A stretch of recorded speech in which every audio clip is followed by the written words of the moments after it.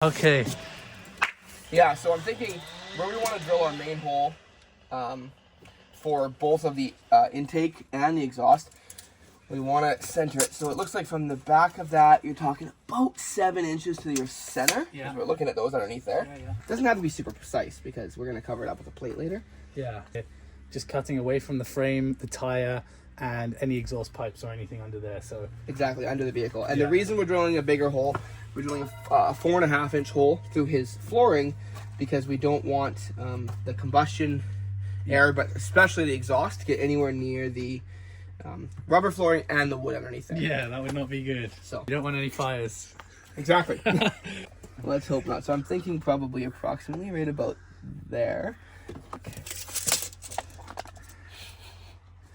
About 7 inches back to center. The hole in the bottom of the actual van itself is just going to be the size of our exhaust pipe, and we'll have 2 of those for the intake and the exhaust, but this one is just so we can give clearance here. So here we go. So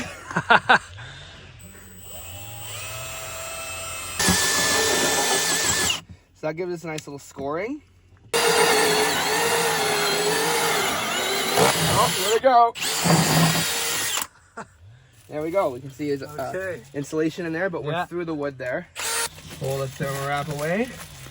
And there's the bottom of the van there. What we're going to do is we're going to take a nice metal plate and it'll go underneath the rubber but between the wood. And that'll seal it up and make it look real nice. And it'll make sure that once we install the exhaust pipe, it'll be nice and centered and it won't wiggle all around. That's what we need. Like they don't have an extension nose on them. Yeah, it depends. This is your Christmas gift. This is fantastic. Honey light, you know. I think it's an inch. I guess we could use a tape measure.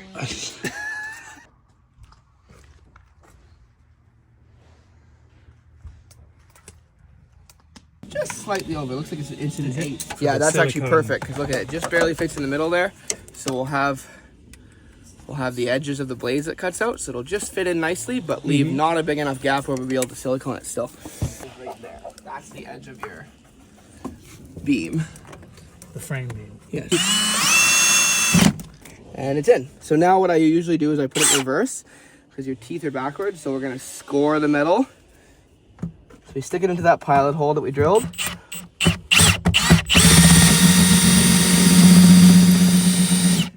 Now that the metal is scored, now it can't walk all over the place.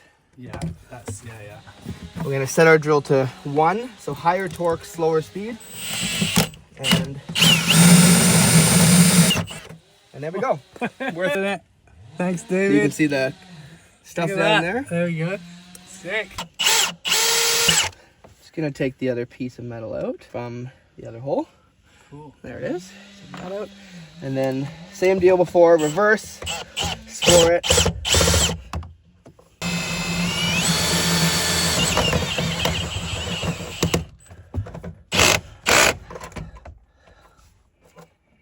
Just a little bit more. There we go. We are through. The only trick about snips is when you're cutting metal, and you don't want, little sharp burrs along the edge, is never let it get to the fully closed position.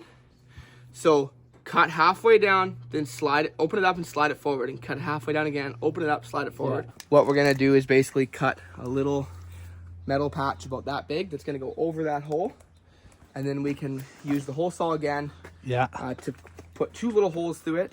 So the pipes will only ever look like there's just 2 holes, but we still have the good amount of clearance away from the exhaust for the heat. Yeah, safety, number 1. But now there, you can feel there's a little tiny burr there. But if you just go halfway and slide, now, I think it's around there, 360 people. Look at that.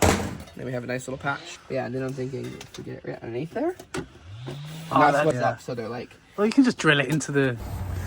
So this is the diesel heater installed. Thanks for a big help. Thanks to David.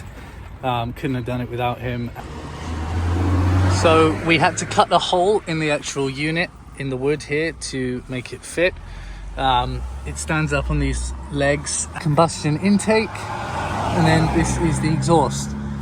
The wire is not usually touching them. I don't have it on like this. Normally the wire would be outside of the leg.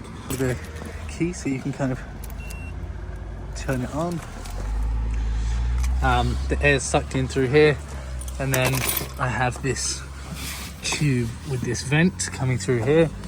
So this is the bed is pulled out right now, so it actually heats from under the bed and the hot air comes out there and up here. So it works really well. I've already slept in -11 twice in up in the mountains in Whistler, so I'm editing videos about that now, and stay tuned to see those.